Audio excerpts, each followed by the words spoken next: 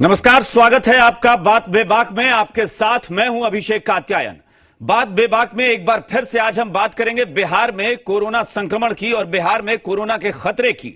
लगातार पिछले कुछ दिनों से हम इस पर चर्चा कर रहे हैं कि आखिर किस तरह की व्यवस्था है जिसकी वजह से लोगों को अपनी जान गंवानी पड़ रही है। आखिर किस तरह की व्यवस्था है, किस तरह की लापरवाही है जिसकी वजह से शायद हम जिसकी जान बचा सकते थे उनकी जान भी नहीं बचा पा रहे हैं।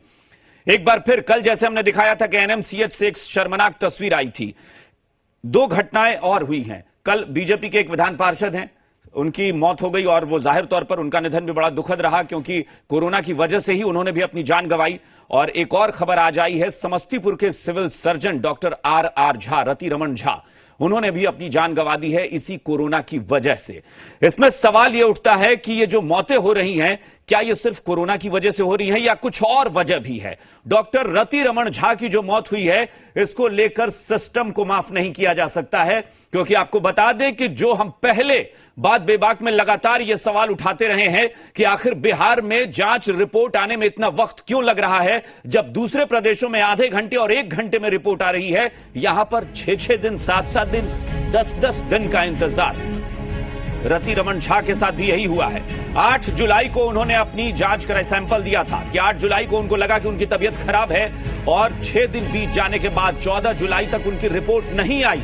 उन्होंने 13 तारीख को खुद फोन किया और कहा कि मेरी तबीयत लगातार बिगड़ती जा रही है, रिपोर्ट नहीं आई है। उन्हें कहा गया कि आपका सैंपल जो है उसका शायद कुछ गड़बड़ हो गया है, रिपोर्ट नहीं आ पा रही है, फिर से आप सैंपल दीजिए। 14 तारीख को उन्होंने फिर से सैंपल दिया और रिपोर्ट पॉजिटिव आई, लेकिन तब तक मामला हाथ से निकल चुका था, वो सीरियस हो गए थे। उन्हें पटना एम्स रेफर किया गया और आखिरकार उन्होंने आज अपनी जान गंवा दी। कुछ सवाल हम उठा रहे हैं जी बिहार झारखंड की तरफ से, उन सवालों का जवाब देना चाहिए। सवाल ये कि जो डॉक्टर रति रमन झा की मौत हुई है उसका जिम्मेदार कोरोना है या फिर नकारा सिस्टम। सवाल यह कि बेहतरीन सर्जन, समाज सेवी और कोरोना योद्धा के प्रति ये लापरवाही क्यों। सवाल यह कि तमाम शिकायतों, शर्मनाक तस्वीरों के बावजूद आखिर क्यों नहीं हो रहा है सुधार। एक सवाल यह कि क्या भगवान भरोसे ही रहेगी सरकारी अस्पतालों में मरीजों की जिंदगी, इस सवाल का जवाब मिलना चाहिए। और सवाल यह कि देश दुनिया में बिहार को शर्मसार करने वाली व्यवस्था आखिर कब होगी खत्म। हम ये सवाल इसलिए उठा रहे हैं कि डॉक्टर आर झा न सिर्फ समस्तीपुर के सिविल सर्जन थे बल्कि बिहार के सर्वश्रेष्ठ सर्जन में से एक उनकी गिनती होती थी, एक बेहतरीन समाज सेवी थे। इनकी मौत का जिम्मेदार कौन है, एक रिपोर्ट देखिए। समस्तीपुर के सिविल सर्जन की कोरोना से मौत, तबीयत बिगड़ी तो किया गया पटना एम्स रेफर। बेकाबू कोरोना ने एक और योद्धा की जान ले ली। समस्तीपुर के सिविल सर्जन आर झा की पटना एम्स में इलाज के दौरान मौत हो गई। बुधवार सुबह उन्होंने आखिरी सांस ली। आर झा के एक निधन को लेकर के बाद से जो है पूरे समस्तीपुर में शोक की लहर है और न सिर्फ समस्तीपुर जिले के तमाम चिकित्सक बल्कि जो आम लोग हैं वो काफी मर्माहत हैं। कोरोना काल में एक योद्धा लड़ते लड़ते शहीद हो गया, लेकिन क्या उनकी इस लड़ाई में सिस्टम ने साथ दिया, ये सवाल इसीलिए क्योंकि 8 जुलाई को समस्तीपुर के सिविल सर्जन का सैंपल लिया गया, लेकिन 13 जुलाई तक रिपोर्ट नहीं आई। इसके बाद 14 जुलाई को दोबारा सैंपल लिया गया। इस बीच उन्हें सांस लेने में तकलीफ हो रही थी। तब तक सिविल सर्जन के दूसरे सैंपल की रिपोर्ट पॉजिटिव आई।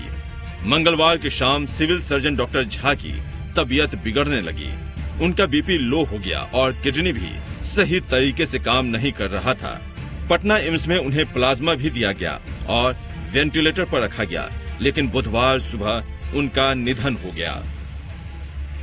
हमारे आर झा सर बहुत ही पॉपुलर, बहुत ही प्रसिद्ध चिकित्सक थे। पहले तो वो हमारे सर्जन थे। कोई भी उनके पास हेल्प के लिए जाए तुरंत हाँ तुम्हारा काम हो जाएगा, कोई दिक्कत नहीं होगा। सर जैसा कोऑपरेटिव समाज सेवी डॉक्टर शायद समस्तीपुर में अभी तो कोई नहीं है। अगर जांच रिपोर्ट सही वक्त पर आ गई होती तो संभव है डॉक्टर झा की जिंदगी बचाई जा सकती थी, लेकिन ऐसा नहीं हुआ। उधर सिविल सर्जन की मौत के बाद समस्तीपुर में मातम पसरा है।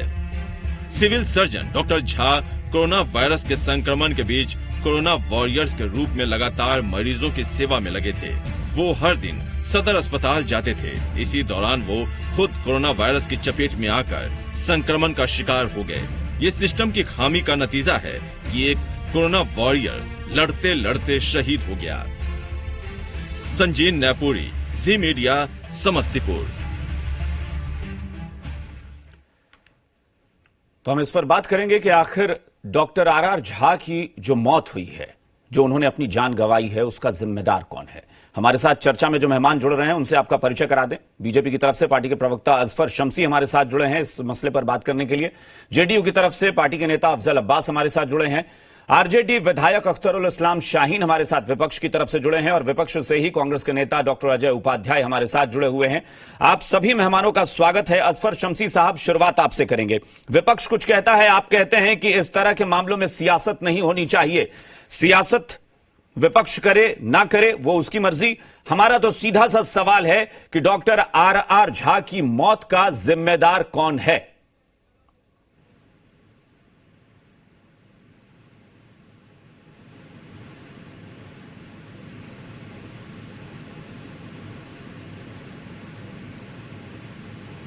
शमसी साहब, हमारी आवाज सुन पा रहे हैं तो जानना चाहेंगे डॉक्टर आर झा की मौत का जिम्मेदार कौन है।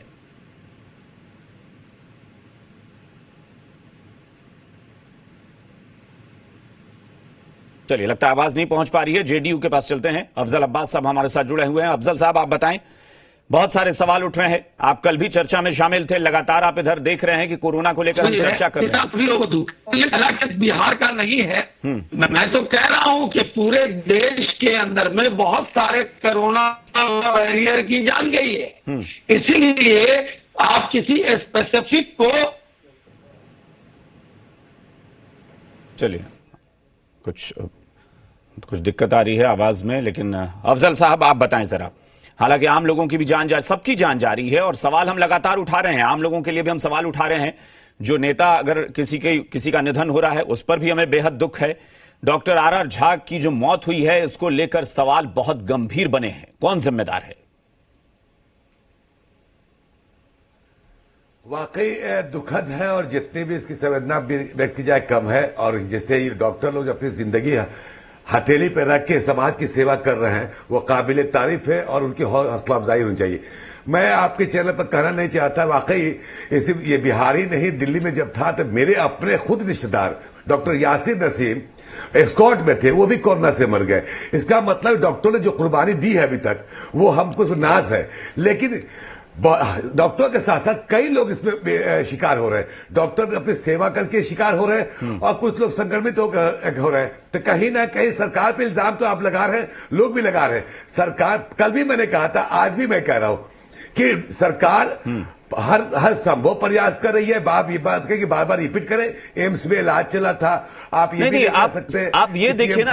नहीं, अफजल साहब, एम्स में इलाज कब चला? एम्स में इलाज कब चला? आम लोगों के साथ मुश्किल आती है। एक सिविल सर्जन, नहीं, एक मिनट आप सुनिए जरा। एक सिविल सर्जन जो 8 तारीख को सैंपल देता है, 13 तारीख को वो फोन करते हैं कि भाई हमारी रिपोर्ट क्यों नहीं आई अब तक, मेरी तबीयत बिगड़ती जा रही है। तब उन्हें कहा जा रहा है कि नहीं, आप फिर से सैंपल दे दीजिए। तो 5 दिन तक अगर सैंपल में कुछ गड़बड़ी आई थी तो 5 दिन तक व्यवस्था चुप क्यों थी? क्यों नहीं सिस्टम से, क्यों नहीं वहां अस्पताल से किसी ने फोन करके कहा कि आपके सैंपल में गड़बड़ी, आप फिर से दीजिए? इसकी सफाई खुद हेल्थ मिनिस्टर मंगल पांडे जी ने आज दी है, आप ही के चैनल पर दी। मैं देख रहा था कि जो लैब होता है वहां पे कोरोना पॉजिटिव निकले, उसके लिए फिर सैनिटाइज होता है। इस वजह से 2-3 दिन लेट हुआ। उनका बयान है, क्योंकि हेल्थ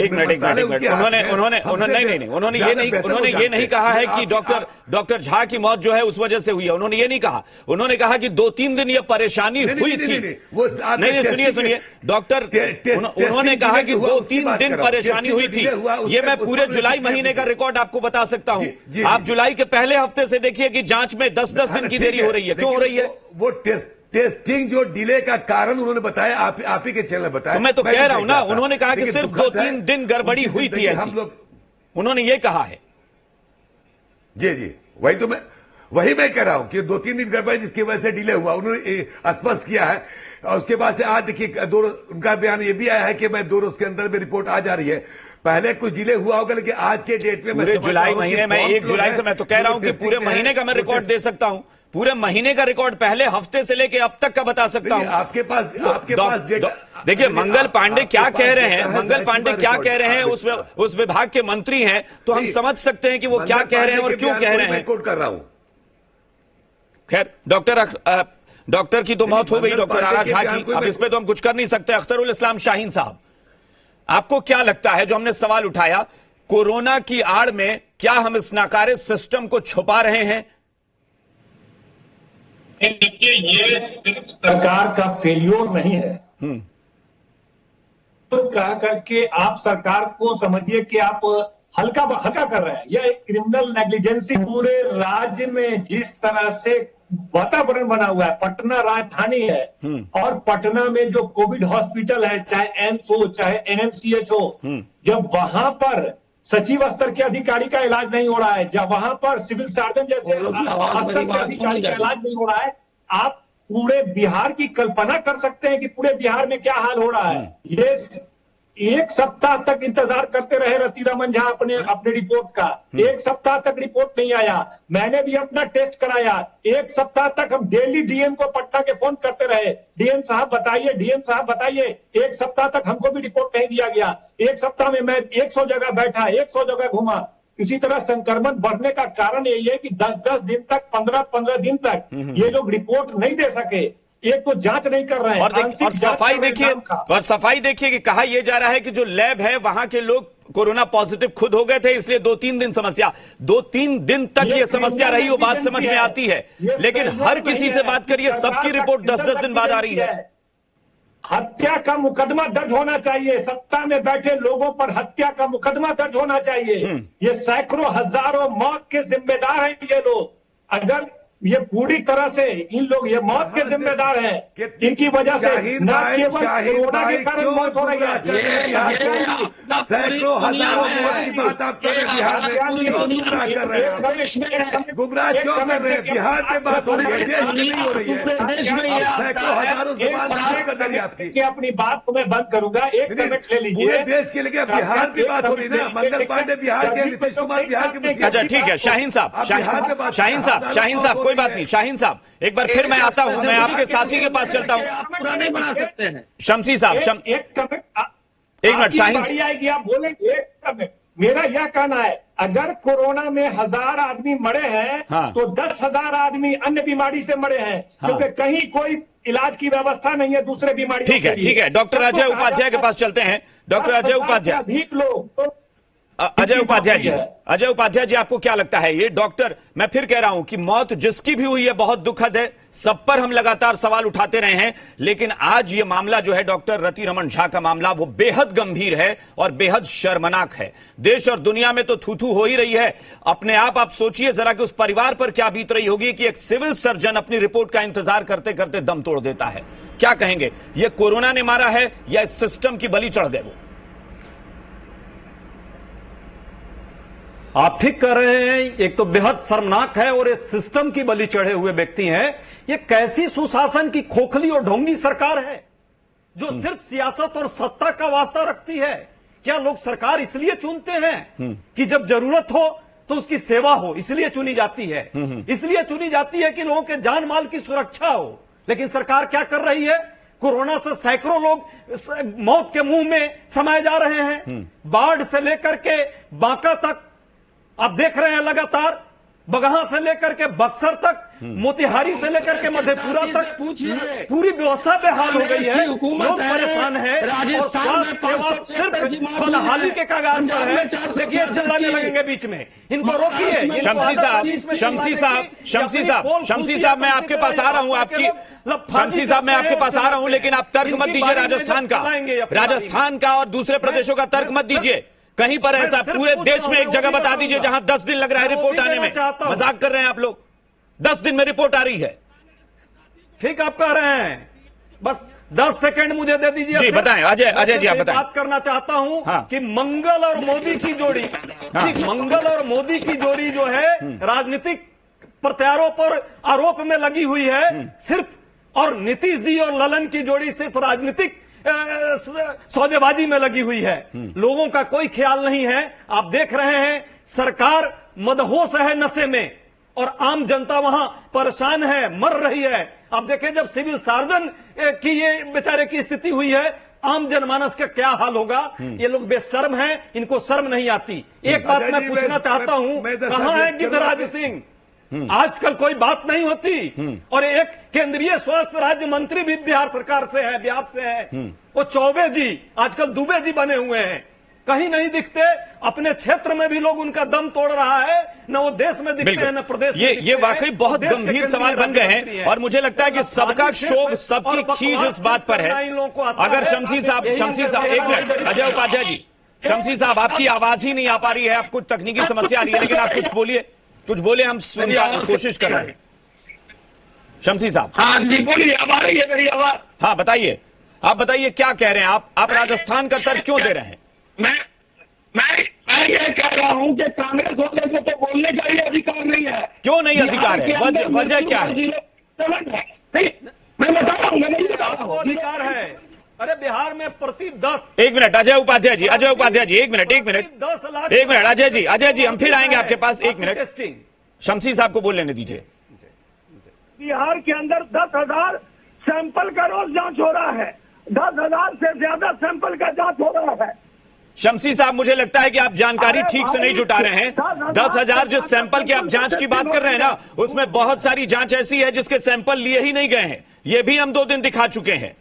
कहिए तो हम उसके क्लिप आपको दिखाते हैं। एक बार हम आपको दिखाते हैं कि पिछले दो दिन हमने जिन मुद्दों पर बात की थी बात बेबाक में, वो दोनों मुद्दे आपको दिखाते हैं। आप सुनिए जरा, आप जरा सुनिए कि हम किस मुद्दे पर 2 दिन बात कर चुके हैं।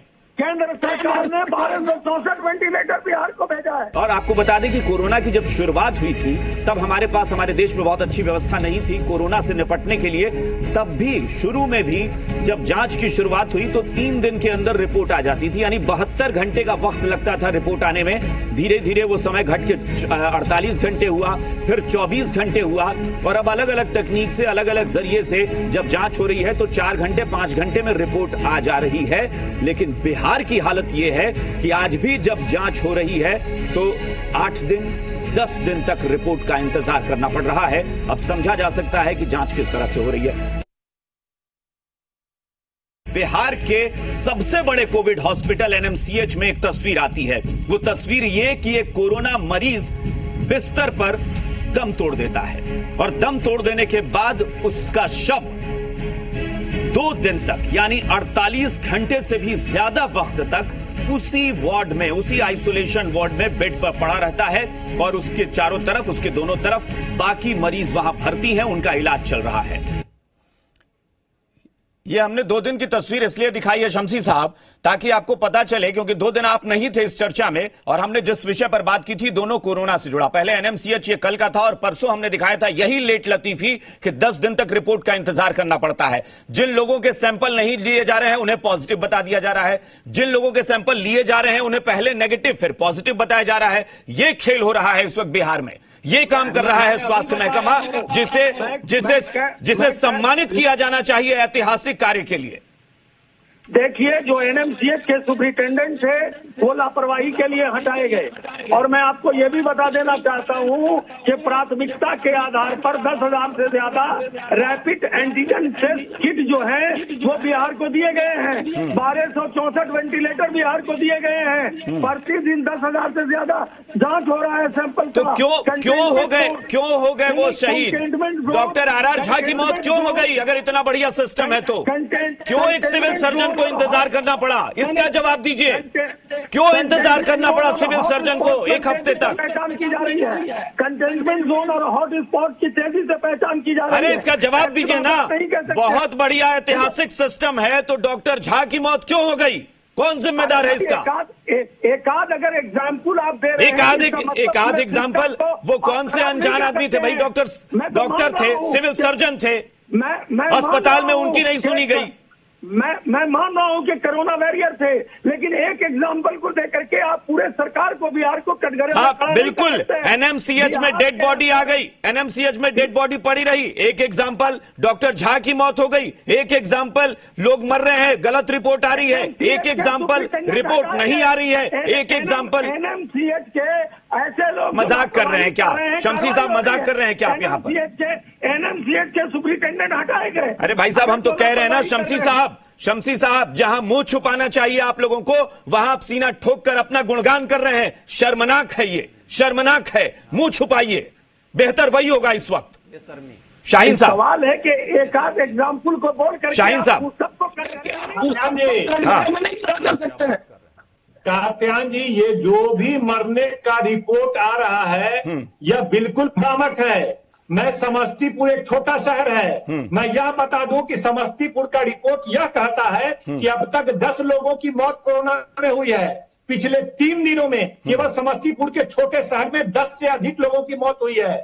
ये सिर्फ कोरोना को गिन रहे हैं, अन्य बीमार जो लोग पड़ रहे हैं उनका कहीं इलाज नहीं हो रहा है, किसी अस्पताल में उसको स्वीकार नहीं किया जा रहा है। सिर्फ समस्तीपुर में 10 लोग पिछले 3 दिनों में मरे हैं। अगर पूरे बिहार में लीजिएगा तो प्रत्येक दिन हजारों लोगों की मौत हो रही है, क्योंकि कोई अस्पताल में दूसरे बीमारी का व्यवस्था नहीं है। जब कोरोना की व्यवस्था नहीं है, जब कोविड की व्यवस्था नहीं है, दूसरे बीमारी के लिए कहीं एक्सेप्ट नहीं किया जा रहा है। चाहे प्राइवेट अस्पताल हो, चाहे सरकारी अस्पताल हो, वहां पे कहीं भी किसी भी मरीज को नहीं देखा जा रहा है। ठीक है। हजारों की संख्या में रोज मौतें हो रही है, रोज मौतें हो रही है। मुझे लगता है कि अभी बिहार सरकार को बर्खास्त करना चाहिए। ये पूरी ठीक है। अफजल अब्बास साहब, अब एक सिविल सर्जन की मौत हो जाती है, मुझे लगता है कि क्या संवेदनशीलता पूरी तरह से मर चुकी है? क्या पूरी तरह से संवेदनहीन हो गई है ये सियासत कि एक सिविल सर्जन की मौत हो और ये कहा जाए कि एक उदाहरण को आप मत जोड़िए? अरे एक सिविल सर्जन, मैं बार बार जोर दे रहा हूं, एक जिले का सिविल सर्जन और अपनी रिपोर्ट के लिए इंतजार करता है 1 हफ्ते। वो खुद फोन करता है कि रिपोर्ट क्यों नहीं आ रही है, तब कहा जाता है कि भाई फिर से सैंपल दीजिए। तब तक वो बेचारे निपट गए। अभिषेक जी, वाकई उस बहादुर डॉक्टर को सैल्यूट करता हूं जिन्होंने अपनी जिंदगी लोगों के लिए दी है। अगर ये कमियां हैं तो मैं समझता हूं कि इसमें संज्ञान लेके इस पे एक्शन लेना चाहिए। बड़ी ईमानदारी से मैं कह रहा हूं कि अगर जिनकी लापरवाही की वजह से मौत हुई है तो सरकार एक्शन लेगी और लेना भी चाहिए, इसमें कोई इफ बट नहीं है। क्योंकि जिंदगी, जो डॉक्टर होता है वो मसीहा होता है और वो खुद ही कोविड का शिकार है, उसके साथ और आप सोचिए, अफजल अब्बास साहब, आप ये सोचिए, मैं उनका भी परिचय जब उनके बारे में पूरा विस्तार से पढ़ रहा था तो मुझे लगा कि क्या सिर्फ हम ये कह दें कि एक सिविल सर्जन की जान चली गई, या फिर कहें कि एक बेहतरीन इंसान की जान चली गई जो समाज के लिए कुछ करना चाहता था और कर रहा था, या फिर एक ऐसे सर्जन की जान चली गई जिसे बिहार के सबसे अच्छे सर्जन में से एक माना जा रहा था। निश्चित रूप से बिल्कुल जिंदगी है, डॉक्टर की जिंदगी हो या एक आम गरीब की हो, लेकिन उस डॉक्टर की प्रतिभा की वजह से कितने लोगों की जिंदगी बची होगी वो काबिले तारीफ है। लेकिन इसी इशू पे तो हम कह रहे हैं कि वो काबिले तारीफ है। जितनी भी प्रशंसा की जाए, अपनी जान हथेली पे रह के लोगों की जिंदगी बचाई, आज हमारे बीच में नहीं। ठीक है डॉक्टर अजय उपाध्याय जी, आखिरी टिप्पणी आपसे, आखिरी टिप्पणी कमी, आखिरी टिप्पणी डॉक्टर आर झा के इस, मैं कह रहा हूं, इस शहादत को आप क्या कहेंगे कि जिसने अपनी जान गंवा दी, जिसके बारे में लोग कह रहे हैं कि वो सिर्फ एक डॉक्टर नहीं थे, वो एक ऐसे समाज सेवी थे जिनके पास किसी भी मदद के लिए लोग जाते थे, वो आगे बढ़कर मदद करते थे। बिहार के सबसे अच्छे सर्जन में से उनकी गिनती होती थी, उन्हें हमने गंवा दिया लापरवाही की वजह से। निश्चित रूप से इलाज चल रहा था उनका। इस बेरहम सरकार को अभी भी ध्यान देने की जरूरत है। जब इतने अच्छे इंसान, एक सिविल सर्जन ने का डॉक्टर जब इस मौत के कगार पर चला गया व्यवस्था की कमी के कारण, और अभी भी यहां बैठे हुए उनके नुमाइंदे जो हैं यहां पे सरकार को डिफेंड कर रहे हैं, इन लोगों को शर्म नहीं आती क्या? शर्म भी शर्मा जाती है भाई, कम से कम शर्म कीजिए, क्षमा मांगिए उस डॉक्टर के परिवार से और कहिए कि गलती हो रही है। कि मैं कंपेयर नहीं कर रहा हूं जिंदगी को, लेकिन आप दिल्ली में रहते हैं, मैं भी दिल्ली में रहता हूं। एम्स में कितने डॉक्टरों ने शहादत दी, ये पता है ना। फिर भी देखिए, चलिए मैं मानता हूं, देखिए मैं एक बात कह रहा हूं, मैं मानता हूं कि पूरे देश में समस्या है, लेकिन अफजल अब्बास साहब, इस वक्त मैं कहीं से तुलना नहीं करूंगा। मैं कहूंगा कि जिस इंसान को आज प्रदेश ने गंवा दिया है, उस इंसान की मौत का जिम्मेदार वाकई ये नकारा सिस्टम है, इसको समझना पड़ेगा। हमारी जिंदगी बचाने के लिए बहुत बहुत शुक्रिया, बहुत बहुत शुक्रिया आपका इस चर्चा में शामिल होने के लिए। आप सबका बात बेबाक में फिलहाल इतना ही। बने रहिए जी बिहार झारखंड के साथ। नमस्कार।